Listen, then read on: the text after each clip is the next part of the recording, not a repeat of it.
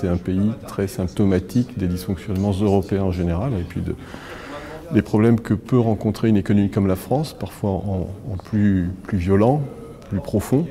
Mais en gros, les ingrédients, c'est quoi? C'est la perte de la recette de la croissance, c'est-à-dire un vrai décrochage assez violent, sur fond de décrochage démographique, mais pas seulement, c'est-à-dire un vrai blocage du côté de la productivité, une vraie crise de l'offre, qui se double d'une crise financière, d'une crise budgétaire, qui elle-même se double d'un sous-investissement chronique. Et tout ça se complique de failles sociales de plus en plus profondes, et notamment d'une montée de la pauvreté.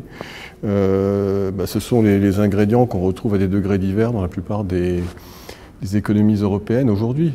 C'est-à-dire cette impossibilité de boucler dans le cadre des règles actuelles, mais pas seulement, je veux dire des logiciels intellectuels aussi qu'on nous impose, c'est-à-dire qui sont assez dérisoires.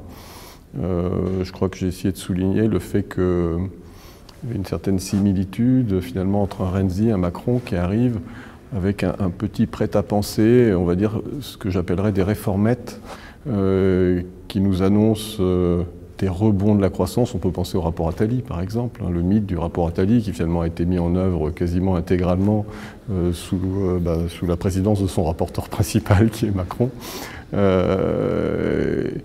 et qui ne dupe personne, c'est-à-dire qui crée un vrai décalage avec les populations.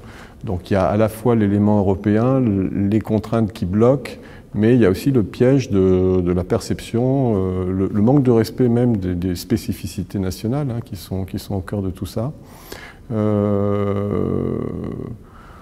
Voilà, et on arrive à un moment, au fond, le débat théologique des économistes entre crise de la demande et crise de l'offre ne veut plus rien dire. C'est-à-dire qu'on a une double crise de l'offre et de la demande, chacun s'auto-renforçant l'une l'autre.